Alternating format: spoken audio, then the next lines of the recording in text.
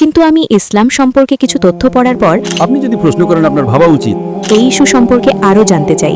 তাই যখন আপনি শুনবেন আপনার মনোযোগ দেওয়া উচিত। কিন্তু এটি দেখতে যতটা সহজ মনে হয়, আমি উত্তর দিচ্ছি, আপনি বাধা দিচ্ছেন। আর আমি এটা করছি কারণ আমার অনেক প্রশ্ন আছে, এটাই তো আপনি বলতে চেয়েছেন। কিন্তু এর একটি শব্দও বুঝলাম না। হাই, আমার নাম শানিস এবং আমি বিজনেস নিয়ে পড়া একজন ছাত্র। আসলে আমি এলজিবিটি সম্পর্কে জানতে আগ্রহী, যেটা লেসবিয়ান, গে, বাইসেক্সুয়াল এবং ট্রান্সসেক্সুয়ালদের কমিউনিটিকে বোঝায়। তো এই ইস্যুতে ইসলামের দৃষ্টিভঙ্গি কি? কারণ আমি বিশ্বাস করতাম যে আমাদের মানুষদের তাদের যৌন রুচি সমানভাবে গ্রহণ করতে হবে, কিন্তু আমি ইসলাম সম্পর্কে কিছু তথ্য পড়ার পর আমি জানি যে ইসলাম এটাকে বাতিল করে। তাই আমি এই ইস্যু সম্পর্কে আরও জানতে চাই। ধন্যবাদ। বোন প্রশ্ন করেছেন সমকামীদের, গে এবং লেসবিয়ানদের উপর ইসলামের দৃষ্টিভঙ্গি কি। বিধান হলো আল্লাহ কোরআনে সূরা আরাফের 7 নম্বর অধ্যায়ের 81 নম্বর আয়াতে বলেছেন, তোমরা কি নারীদের ছেড়ে পুরুষদের পছন্দ করো? তার মানে পুরুষদের বলা হচ্ছে, তোমরা কি নারীদের চেয়ে পুরুষদের বেশি পছন্দ করো? ইসলামে সমকামিতা নিষিদ্ধ। সমকামী মানুষদের ব্যাপারে কি বলা যায়? বোন, কয়েক বছর আগে কিছু রচনা এসেছিল সমকামিতা জিনগত, এবং যখন এই রচনা এসেছিল মানুষ আমাকে প্রশ্নোত্তর পর্বে জিজ্ঞেস করেছিল, যদি সমকামিতা জিনগত হয় তাহলে দোষ কার? সেই ব্যক্তি তো দোষী নয়, এটা সর্বশক্তিমান ঈশ্বর, ঠিক? পরে দেখা গেছে যে এটা সম্পূর্ণ মিথ্যা, এবং যেই ব্যক্তি এটা প্রচার করেছিলেন তিনি নিজেই একজন সমকামী ছিলেন।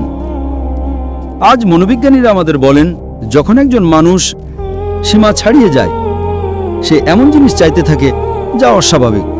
তাই আজ আপনি পশ্চিমা বিশ্বে দেখেন সেখানে অশ্লীলতা আছে। যেমন আমার ছেলে বলেছিল, নারীদের স্বাধীনতার কথা তার শরীরের শোষণের প্রতারণা ছাড়া আর কিছুই নয়, তার আত্মার সাথে অন্যায় এবং তার সম্মানের অবনমন। আজকের সমাজে আপনি বিজ্ঞাপন দেখেন, একটি মোটরসাইকেলের বিজ্ঞাপনে সবসময় একজন নারী থাকে। কতজন নারী মোটরসাইকেল চালায়? শতাংশের হিসেবে খুব কম, কিন্তু আপনি সেই বিজ্ঞাপনে একজন নারীকে দেখেন কেন? এবং আমাকে BMW এর একটি খুব বিখ্যাত বিজ্ঞাপনের কথা বলা হয়েছিল। এতে একটি BMW গাড়ি দেখানো হয়েছে, একজন নারী বিকিনি পরে দাঁড়িয়ে আছে এবং বিজ্ঞাপনে লেখা আছে, এখনই তাকে টেস্ট ড্রাইভ করুন। কাকে? মেয়েটিকে নাকি গাড়িটিকে? তাই তারা তাদের মেয়েদের বিক্রি করছে, তারা তাদের মায়েদের বিক্রি করছে, এবং তারা বলছে যে নারীরা স্বাধীন। কি হয় যে যখন আপনি সীমা ছাড়িয়ে যান, সব ধর্মই বলে যে আপনি যদি সম্পর্ক করতে চান আপনি বিয়ে করুন, ঠিক? হ্যাঁ, আমেরিকান পরিসংখ্যান অনুযায়ী আমেরিকা ইসলামের সাথে একমত নয়। ইসলাম বলে আপনি একাধিক স্ত্রী রাখতে পারেন, সেটা ভিন্ন প্রশ্ন। আমেরিকায় একজন গড়পড়তা আমেরিকান একজন স্থায়ী জীবনসঙ্গীর সঙ্গে বসতি করার আগে তার 8 জন ভিন্ন ভিন্ন যৌনসঙ্গী থাকে। কারো হয়তো 2টো, 10টা, 20টা থাকে, গড় হলো 8। একজনের সঙ্গে বসতি করার আগে 8 জন ভিন্ন ভিন্ন যৌনসঙ্গী। তাই তারা আল্লাহর বিধানকে অবহেলা করছে।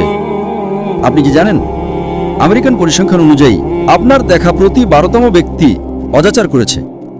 অজাচার মানে যৌন সম্পর্ক করা, ভাই ও বোন, ছেলে ও মা, বাবা ও মেয়ে। এটা সম্পূর্ণ অর্থহীন, কারণ তারা এত বেশি উন্মুক্ত ইত্যাদি হয়ে যায়, তারা স্বাভাবিক পথ থেকে বিচ্যুত হয়ে যায়।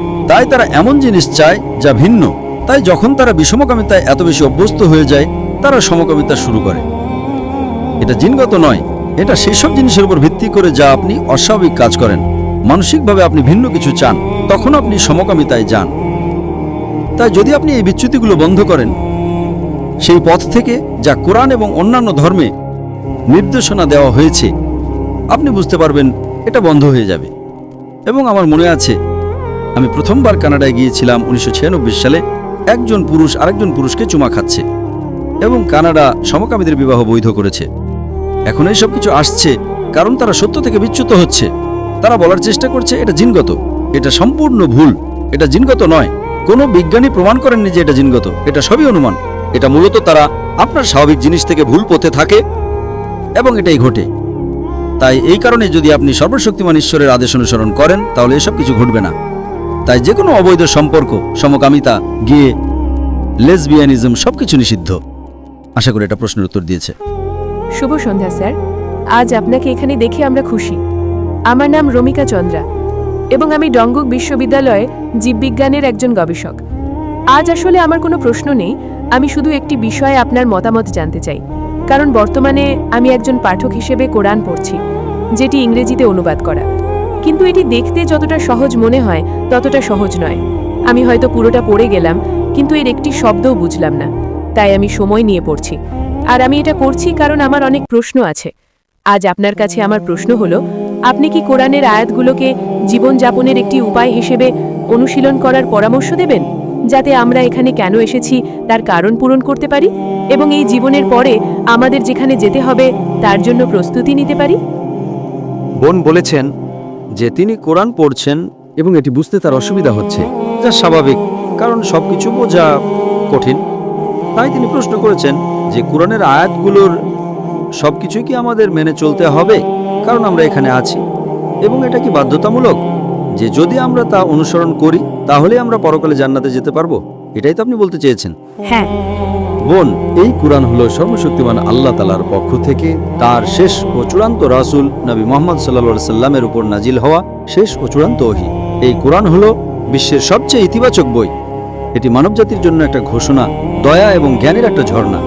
এটি পথভ্রষ্টদের জন্য একটা পথ প্রদর্শক, গাফেলদের জন্য একটা সতর্কবাণী। এটি সন্দেহকারীদের জন্য একটা আশ্বাস, দুঃখীদের জন্য একটা সান্ত্বনা এবং হতাশদের জন্য একটা আশা। এই কোরআন হলো একজন মানুষ কিভাবে তার জীবনযাপন করবে তার নিয়মাবলী, একটি সমষ্টি। এই কোরআনে মানবজাতির সমস্যার সমাধান রয়েছে। এই কোরআন সূরা মুলক অধ্যায় নম্বর 6 আয়াত নম্বর 2 বলে, আল্লাযী খালাকাল মাউতা ওয়াল হায়াতা, তিনি আল্লাহ যিনি মৃত্যু এবং জীবন সৃষ্টি করেছেন যাতে তিনি তোমাদেরকে পরীক্ষা করতে পারেন যে তোমাদের মধ্যে কে আমলে উত্তম। তাই বোন, এই জীবন একটি পরীক্ষা। ওকে। যদি আমরা কোরআনে দেওয়া নিয়মকানুন মেনে চলি তাহলে আমরা পরীক্ষায় পাস হব, আর যদি না মানি তাহলে আমরা ব্যর্থ হব। এবং আমাদের সৃষ্টির কারণ সম্পর্কে আল্লাহ সূরা জারিয়াত অধ্যায় নম্বর 56 আয়াত নম্বর 56-তে বলেছেন, ওয়া মা খালাকতুল জিন্না ওয়াল ইনসা ইল্লা লিয়াবুদুন, আমি জিন এবং মানুষকে আমার ইবাদত করা ছাড়া অন্য কোনো উদ্দেশ্যে সৃষ্টি করিনি। আমাদের এখানে সৃষ্টির কারণ হলো সর্বশক্তিমান আল্লাহর ইবাদত করা এবং তার আদেশ মেনে চলা। তাই যখন আপনি পড়ছেন তখন কিছু অংশ কঠিন মনে হবে, ওকে। কিছু সহজ মনে হবে, কিছুর সরল অর্থ থাকবে, কিছুর আবার অনেকগুলো অর্থ থাকবে। হ্যাঁ। কোরআন সূরা নাহাল অধ্যায় নম্বর 16 আয়াত নম্বর 43 এবং সূরা আম্বিয়া অধ্যায় নম্বর 21 আয়াত নম্বর 7 বলে, ফাসআলু আহলিজ যিকরি ইন কুনতুম লা তা'লামুন, যা তোমরা না জানো তা জ্ঞানীদেরকে জিজ্ঞাসা করো।